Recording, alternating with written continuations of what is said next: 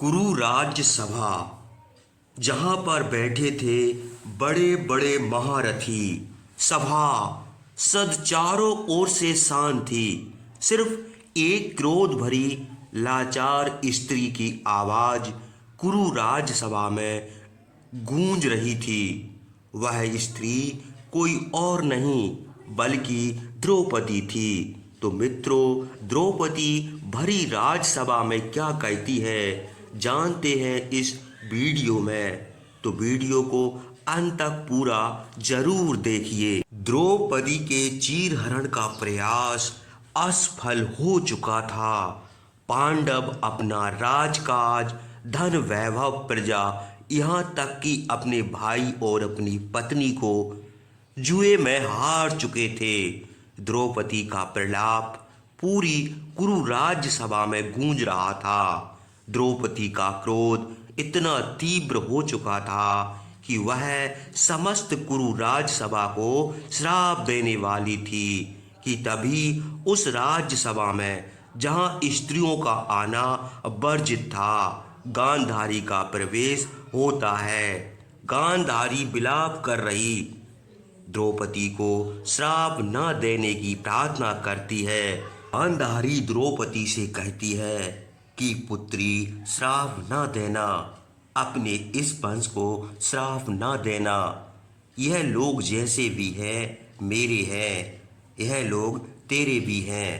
पुत्री, अपने पितामह काका विदुर, ज्येष्ठ पिताश्री गुरु द्रोण, कुल गुरु कृपाचार्य को क्षमा कर दे पुत्री। तेरी बड़ी माँ तेरे आगे हाथ जोड़ती है। इस पर द्रौपदी कहती है, ज्येष्ठ माताश्री, मैं सबको क्षमा कर सकती हूँ, परंतु दुर्योधन, दुशासन, अंगराज, कर्ण और गांधार नरेश शकुनी को कभी क्षमा नहीं करूंगी। यह सुनकर दुर्योधन तिलमिला उठा और गांधारी से बोला, माताश्री, आप यह सब क्या कर रही हैं? अब यह आपकी पुत्र वधू नहीं है। मैंने इसे जुए में जीत लिया है, इसलिए अब यह हमारी दासी है। इस पर गांधारी क्रोधित स्वर में दुर्योधन से कहती है, मूर्ख दुर्योधन, ये सब करते हुए तुझे लज्जा नहीं आई? अरे, वो तेरी भाभी है, तेरी दासी नहीं। अगर अपनी भाभी के वस्त्र हरण करने के बाद भी तेरा मन ना भरा हो तो कह दे दुशासन से कि वह तेरी माँ गांधारी के वस्त्र हरण करे। चुप क्यों है पापी? आदेश दे अपने भाई को।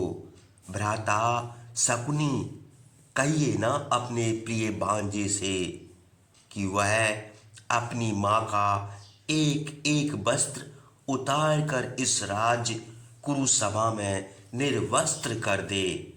भ्राताश्री, तुम्हारा तो यह हर कहना मानता है, तो फिर कहिए, इससे अपनी माँ का एक कहना तो मान ले और निर्वस्त्र कर दे मुझे इस कुरुराज सभा में।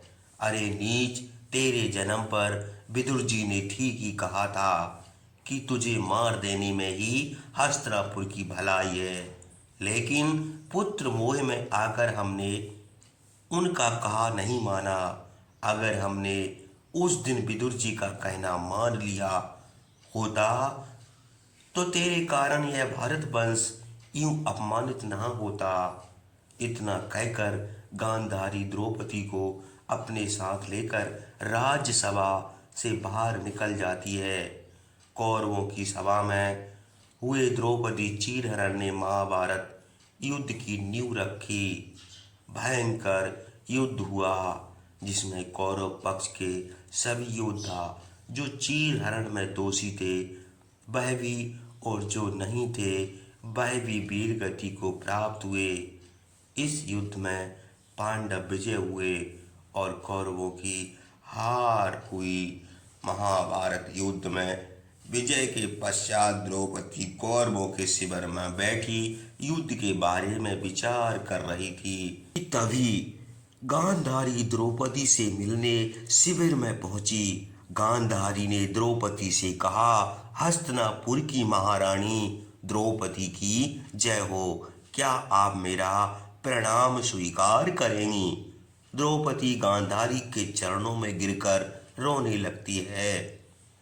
गांधारी द्रौपदी से कहती है, अपनी विजय पर यूं रोते नहीं है पुत्री, मेरा कहना मानो तो इस शिविर को छोड़कर चली जाओ।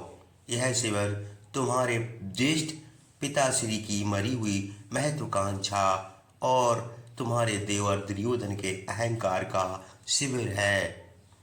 अपने प्रियजनों को लेकर अपने शिविर में लौट जा पुत्री।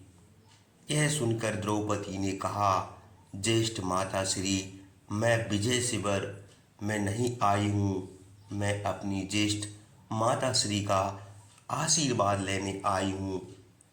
गांधारी ने रोते हुए कहा, पुत्री, इस समय मेरा दुर्योधन अपने लहू से नहाया रणभूमि में अकेला पड़ा है, अपनी मृत्यु की प्रतीक्षा कर रहा है, बहुत अकेला है, बहुत पीड़ा में है। पुत्री, दुर्योधन की पीड़ा देखकर मेरा हृदय शून्य हो गया है। इस समय तुम्हें देने के लिए ना तो मेरे पास कोई आशीर्वाद है और ना ही कोई श्राप। और हे महारानी द्रौपदी, मैं आज यहाँ तुमसे कुछ मांगने जरूर आई हूँ। हे कुलवधू, हे पुत्री, यदि संभव हो तो मेरे पुत्र दुर्योधन और दुशासन को माफ कर दे, उन्हें अपनी घृणा से मुक्त कर दे पुत्री। चाहे तो अपने अपमान के बदले मेरा अपमान कर ले, पर मेरे पुत्र दुर्योधन को क्षमा कर दे पुत्री, क्षमा कर दे। यह छोटा सा संवाद हमें बहुत कुछ सिखाता है कि एक माँ अपने पुत्र के लिए किसी भी हद तक गुजर सकती है। गांधारी जानती थी कि उसका पुत्र दुर्योधन पापी है। उसने छल का सहारा लेकर दूत सभा में पांडवों की संपत्ति, उनका राज, उनका वैभव सब हड़प लिया था। इतना ही नहीं, उसके पुत्र ने अपनी भाभी का वस्त्रहरण जैसा दुष्कर्म करने का असफल प्रयास भी किया। फिर भी वह कुरुराज सभा में द्रौपदी से दुर्योधन को माफ करने की प्रार्थना करती है, जिसे द्रौपदी ठकुरा देती है। परंतु फिर भी गांधारी बार बार द्रौपदी से अपने पुत्र को माफ करने की प्रार्थना करती है। यह पुत्र मोह ही था जिसने हस्तिनापुर जैसे राज्य की महारानी को अपनी ही पुत्र वधू के सामने हाथ जोड़ने पर विवश कर दिया था।